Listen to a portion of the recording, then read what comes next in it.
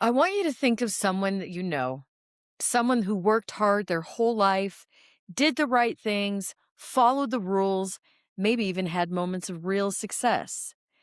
And yet, the money doesn't stay. The opportunities slip away.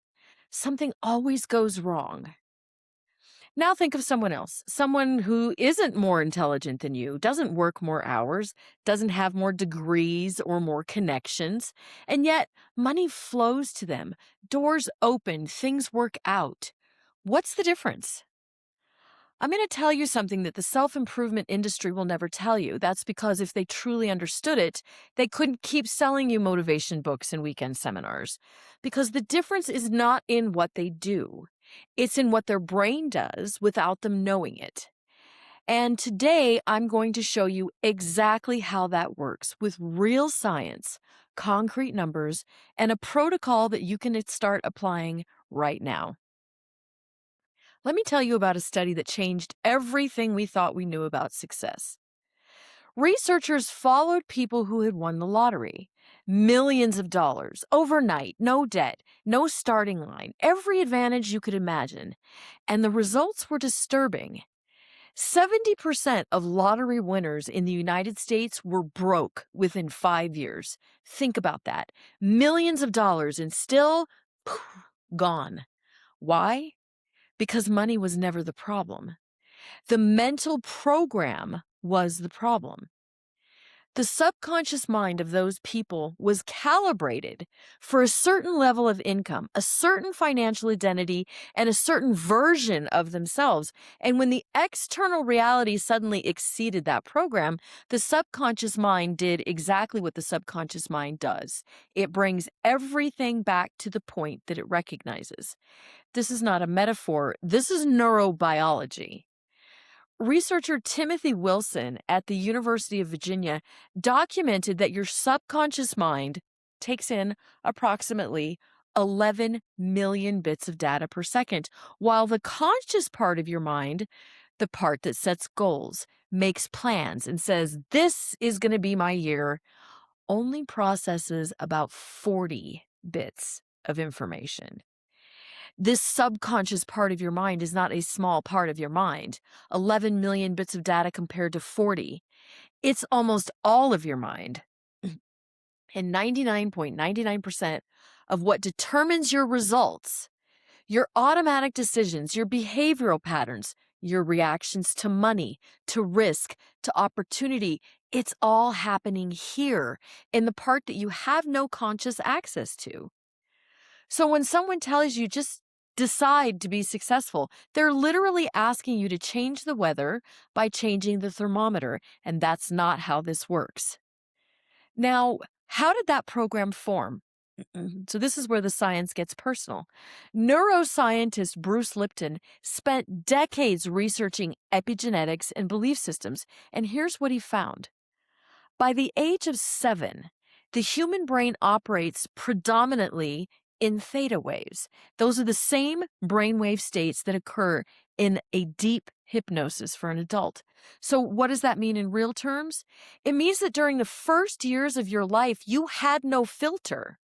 You couldn't evaluate what was coming in. You couldn't say, well, I don't think that's true, or that doesn't apply to me. Everything went straight in, unfiltered as absolute truth. Here's a concrete example. Imagine a 5-year-old boy. The father comes home from work exhausted, frustrated after a long day, and he says, without thinking, without malice, he says, "Son, life is hard. Money doesn't come easy. You have to struggle to get ahead." And that little boy doesn't analyze that sentence. He doesn't question it. He doesn't file it under dad's opinion.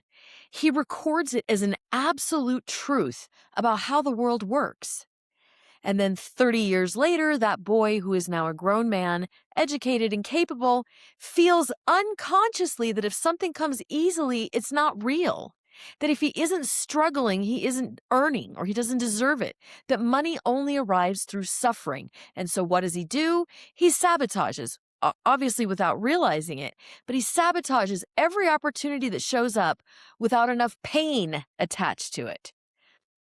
Lipton estimates that approximately 70% of these subconscious programs recorded in childhood are negative, limiting, and actively counterproductive.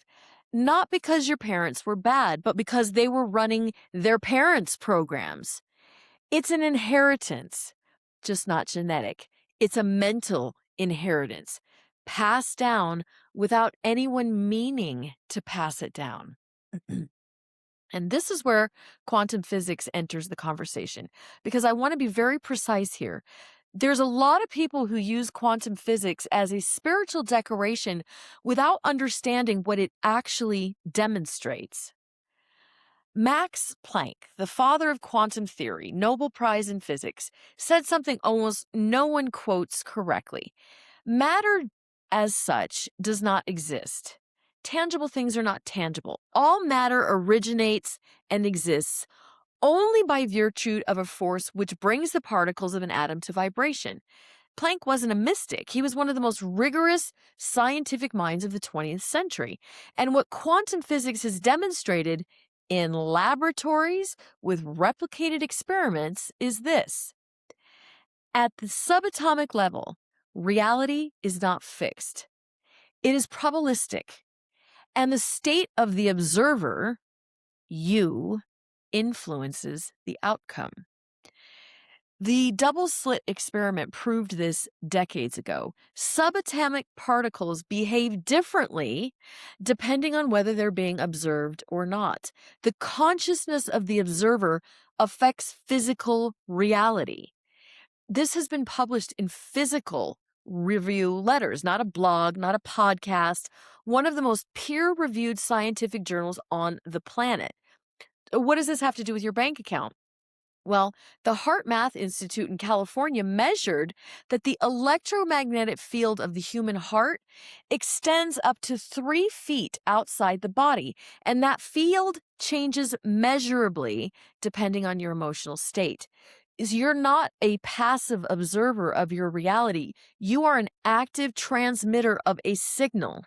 In every single moment, whether you're aware of it or not, your internal state isn't separate from the world that you experience. It is the architect. Let me give you another example, a little one maybe a little closer to home.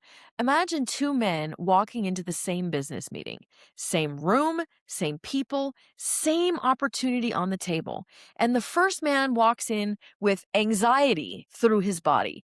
His system is in defense mode, with the unconscious story of they never pick me. Something always falls through. I'm just not good enough. I'm not sure. The second man walks into the room with a state of internal coherence. He's calm. He's present. He doesn't need approval from the room because his internal program says, I already belong here. Now, which one of these 2 men gives a better presentation? Which one generates more trust? Which one closes the deal? Because this isn't magic. This is physiology. When the body is in threat mode, elevated cortisol, sympathetic nervous system activated, the prefrontal cortex, that's the part of the brain that's responsible for your decisions, partially shuts down. You literally have less access to your own intelligence when you're operating from fear. Neuroscientist Antonio Damasio at the University of Southern California documented this in his research on patients with prefrontal cortex damage.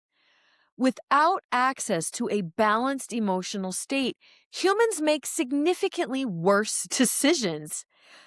Our emotions don't interfere with logic. They're an essential component of it.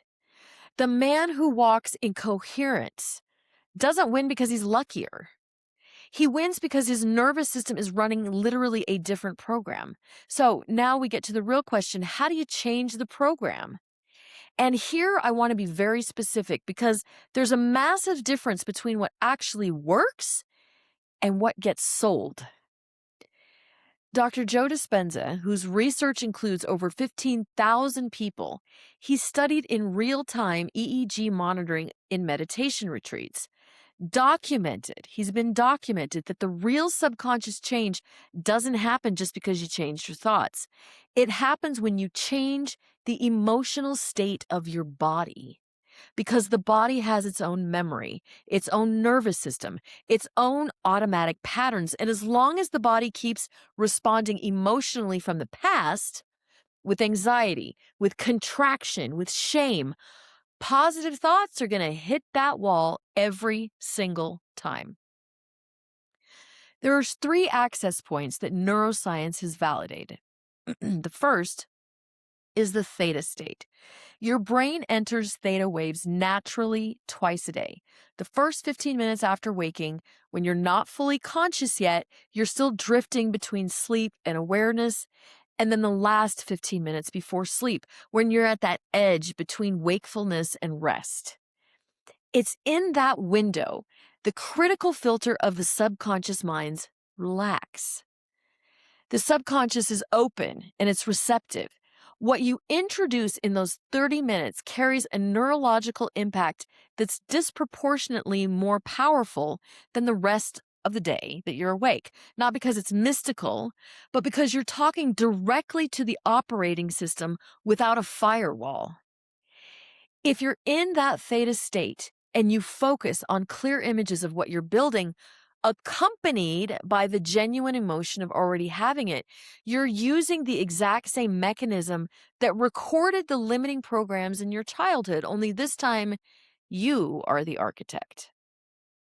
The second access point is cardiac coherence. The HeartMath Institute documented that when you generate coherence between the heart and the brain through rhythmic breathing and the activation of genuine, sincere, positive emotion, the body enters a receptive state that supports the reprogramming of automatic patterns. So this protocol is very simple.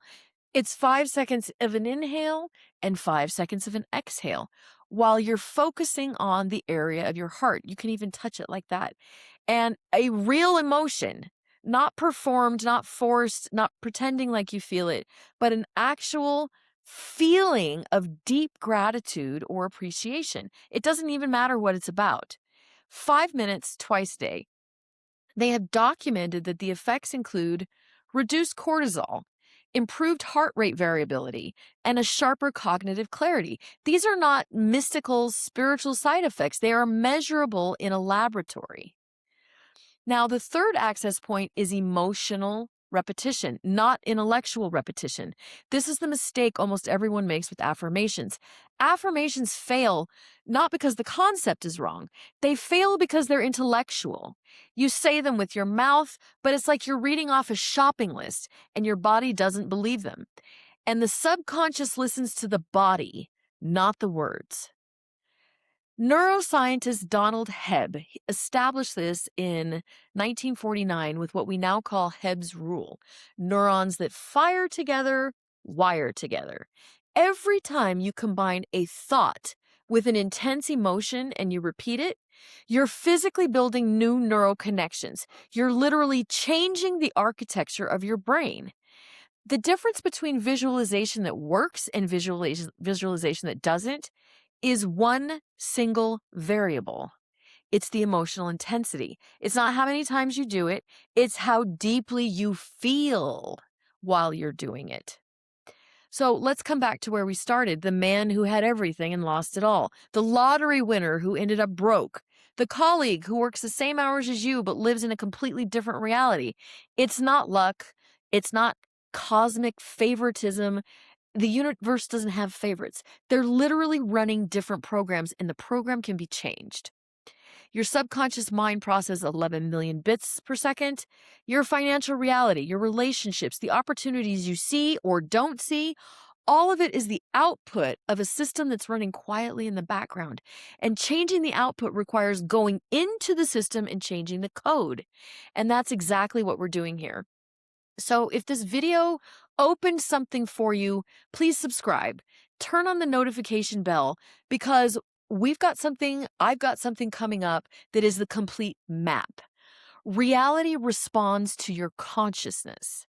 And now you know that's not just a pretty phase. It's neuroscience. All right, leave me your comments. I'd love to know your questions, and I'll talk to you soon.